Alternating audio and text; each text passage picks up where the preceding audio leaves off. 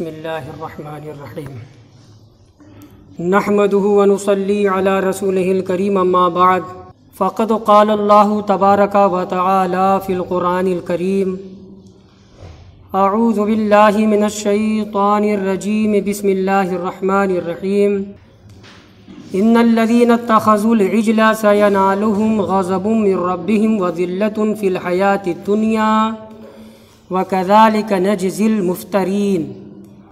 صدق اللہ العلی العظیم۔ بزرگوں اور عزیز دوستوں، موسیٰ علیہ السلام ہی کا واقعہ ہے۔ حضرت موسیٰ علیہ السلام کا واقعہ ہے، سورہ اعراف میں بڑا مفصل اللہ تبارک و تعالیٰ نے بیان کیا ہے۔ پہلی آیت ہے آج کی، ان الذین اتخذوا العجل سینالهم غضب من ربهم وذلة فی الحیاة الدنیا وکذالک نجزی المفترین۔ ان الذین اتخذوا العجل، قرآن کہتا ہے بے شک وہ لوگ جن لوگوں نے بچھڑے کو معبود بنا لیا۔ قرآن میں الہن نہیں ہے، تفسیر میں وہی ہے۔ قرآن میں ہے ان الذین اتخذوا العجل، یقیناً وہ لوگ جنہوں نے بنا لیا العجل، بچھڑے کو۔ تو کیا بنا لیا؟ اتنی کبھی بات تھی، اتنی بری مذمت والی بات تھی، قرآن نے ایک جگہ بیان کیا، اس کے بعد اس کو الہ کا نام ہی نہیں دیا ہے۔ الہ اللہ یعنی معبود، اگر کوئی معبود ہے تو اللہ ہے، اس کے علاوہ سب خود ساختہ بندوں کے بنائے ہوئے جھوٹے مصنوعی۔ اسی لیے قرآن کا جو اپنا اسلوب ہوتا ہے، خدا کے کلام کا جو ایک رنگ ہوتا ہے ہر مقام پہ، تو یہاں پہ جلال و غضب کا مقام ہے۔ قرآن نے لفظ الہ کہا ہی نہیں ہے عجلے کے لیے، بچھڑے کے لیے۔ تو پتہ یہ چلا کوئی الہ نہیں سوائے اللہ کے۔ اللہ ہے نا، ہمارا کلمہ ہے یہ لا الہ الا اللہ۔ پہلے الہ کی نفی کی گئی۔ کلمہ کا ترجمہ کیا ہے؟ لفظی ترجمہ، لا الہ، کوئی معبود نہیں، کوئی الہ نہیں، الا اللہ، مگر اللہ، یعنی اللہ کے علاوہ کوئی معبود ہے ہی نہیں ہے، وہ سب جھوٹے ہیں، مصنوعی ہیں، سب بناوٹی ہیں۔ تو قرآن کا اپنا ایک اسلوب ہے، الہ کا نام بھی نہیں دیا یہاں پہ، کیونکہ الہ صرف اللہ ہے، معبود صرف اللہ۔ ان الذین اتخذوا العجل، بے شک یقیناً وہ لوگ جنہوں نے بنا لیا عجلے کو، بچڑے کو۔ کیا بنا لیا؟ خدا ہے، یہ الہ ہے۔ لگے تھے ناچنے نے، سامری نے جب کرتب دکھایا تھا، کئی بار تو بیان کر چکا ہوں۔ یقیناً جن لوگوں نے بچڑے کو بنا لیا، یعنی اپنے زعم میں، اپنے خیال میں اپنا خدا بنا لیا نا، سینالهم غضب من ربهم،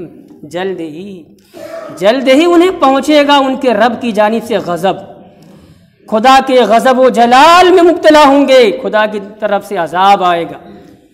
تو اس کی تفسیر کر رہے ہیں، سینالهم غضب من ربهم کی تفسیر کر رہے ہیں، یعنی آخرت میں عذاب میں مبتلا کیے جائیں گے۔ وذلة فی الحیاۃ الدنیا، اور دنیا کی زندگی میں انہیں ذلت پہنچے گی۔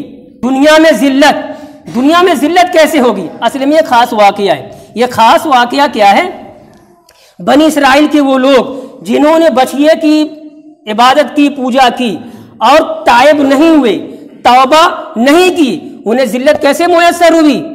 کہتے ہیں وہ اس طریقے سے کہ حضرت موسیٰ علیہ السلام نے کہا کہ تمہاری توبہ یہی ہے، تمہاری توبہ یہی ہے کہ جن لوگوں نے بچھڑے کو پوجا ہے، گائے کے بچھڑے کو معبود بنایا ہے، اس کے آگے سجدہ ریز ہوئے ہیں، ایک دوسرے کو قتل کرے، ایک دوسرے کو قتل کرے۔ قتل کیا جانے لگا، کئی ہزار بنی اسرائیل قتل ہو گئے۔ خدا کا حکم آیا موسیٰ علیہ السلام کے پاس، موسیٰ نے کہا رک جاؤ، جو لوگ مر چکے یعنی قتل کیے جا چکے وہ شہید ہو گئے، وہی توبہ ان کی نہیں ہوئی، وہ شہید ہو گئے۔ جو بچے اللہ نے ان کا گناہ معاف کیا۔ اور جن لوگوں نے حضرت موسیٰ کے اس فرمان پر آمنا صدقنا نہیں کہا، یعنی بھاگے، ہم نہیں قتل ہوں گے، کہتے ہیں وذلة فی الحیاۃ الدنیا، ان کے لیے دنیا میں ذلت ہوئی۔ کیا ذلت ہوئی؟ اب عذاب کیسے ان پر کیسے عذاب آئی؟ یہ ایک سزا تھی، اور یہی سزا میں توبہ ہے۔ جن لوگوں نے پوجا کی ہے وہ دوسرے کو قتل کریں، جو بچے ان کو قتل کریں۔ کئی ہزار قتل ہو گئے، جو قتل ہوئے وہ شہید ہوئے، جو بچے حکم آ گیا، موسیٰ نے روک دیا، رک جاؤ، جو بچ گئے ان کی توبہ اللہ نے قبول کی۔ کیوں؟ کہ دل میں اخلاص ہے کہ ہم بھی قتل کیے جائیں گے۔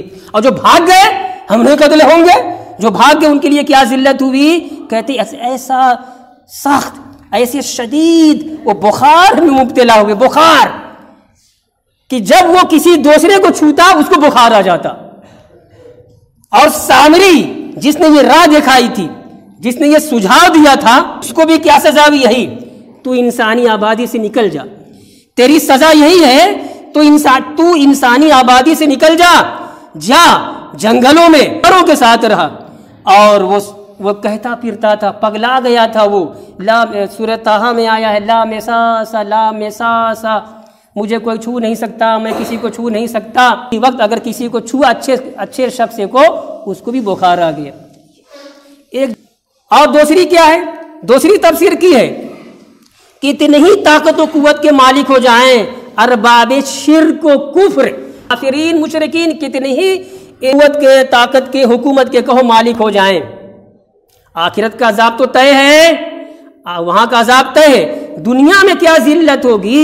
دنیا میں ذلت یہ ہوگی، اسلام ہمیشہ مغلوب نہیں رہتا ہے، اسلام کا غلبہ ہوتا ہے۔ اور اسلام ہی کیا، یہ تو اللہ کا بنایا ہوا قانون ہے، دستور ہے، فرمان خداوندی ہے، اعلان الوہیت ہے۔ تلک الایام نداولها بین الناس، قرآن نے اپنا فرمان سنا دیا ہے۔ تلک الایام نداولها بین الناس، اللہ فرماتا ہے یہ زمانہ ہے، زمانہ، اس زمانے کو ہم ناس، لوگوں کے درمیان، انسانوں کے درمیان گردش کرتے رہتے ہیں، گھماتے رہتے ہیں۔ کبھی کسی قوم کا زمانہ آتا ہے، عروج پر قوم ہو جاتی ہے، پھر وہ جلد ہی زمانہ پلٹتا ہے، اور وہ قوم جو آج کے زمانے میں مغلوب ہے، پست خوردہ ہے، دبی کچلی ہے، جب زمانے کا چکر بڑھتا ہے دوسرا زمانہ آتا ہے، تو یہ قوم جو آج دبی ہے، کچلی ہے، مظلومیت کی زندگی، بے بسی، مجبوری کے عالم میں ہے، وہ قوم ابھرتی ہے۔ جب اس قوم کا غلبہ ہوتا ہے تو وہ قوم جو کل تک غالب تھی، قاہر تھی، وہ دبا دی جاتی ہے، ابھی اپنا سکہ چلاتی ہے۔ اگر یہ میری تمہید آپ سمجھ گئے تو وَذِلَّةٌ فِي الْحَيَاةِ الدُّنْيَا، اور ان کے لیے دنیاوی زندگی میں ذلت ہے، کافروں کے لیے، مشرکین کے لیے مطلب کیا ہوگا؟ وَذِلَّةٌ فِي الْحَيَاةِ الدُّنْيَا وَكَذَلِكَ نَجْزِي الْمُفْتَرِينَ، اللہ فرماتا ہے اور ایسے ہی ہم سزا دیتے ہیں مفترین کو۔ مفترین کی تفسیر میں لکھا ہوا ہے الکاذبین، کاذبین کو، جھوٹوں کو۔ جھوٹ ہے، سب سے بڑا جھوٹ کیا ہے؟ سب سے بڑا جھوٹ کیا ہے؟ خدا کے علاوہ بھی کوئی الہ ہے، اللہ کے علاوہ بھی کوئی الہ ہے؟ قطعی نہیں ہے، میں سمجھا رہا ہوں، آپ مت کہیے گا۔ جو یہ کہے اللہ کے علاوہ بھی کوئی الہ ہے، اس سے بڑا جھوٹ کیا ہے؟ یہ سب سے بڑا جھوٹ ہے۔ تو سچ کیا ہے؟ لا الہ الا اللہ، اللہ کے علاوہ کوئی معبود نہیں۔ اب حضور محمد رسول اللہ کی رسالت دیکھیے، آپ کی رسالت عامہ دیکھیے، رسول اللہ کو اللہ تبارک و تعالی نے جو کام سپرد کیا، جو ذمہ داری دی، اور جو مقام سے نوازا، جس محبوبیت سے آپ کو نوازا، اسلام کا کلمہ ہی بنا دیا۔ کلمہ صرف یہی تو نہیں جو میں نے ابھی بار بار پڑھا ہے، تو آدھا جز پڑھا ہے، لا الہ الا اللہ، کلمہ پورا ہوا نہیں۔ محمد الرسول اللہ، لا الہ الا اللہ محمد الرسول اللہ، اللہ کے سوا کوئی معبود نہیں، محمد صلی اللہ علیہ وسلم اللہ کے رسول ہیں۔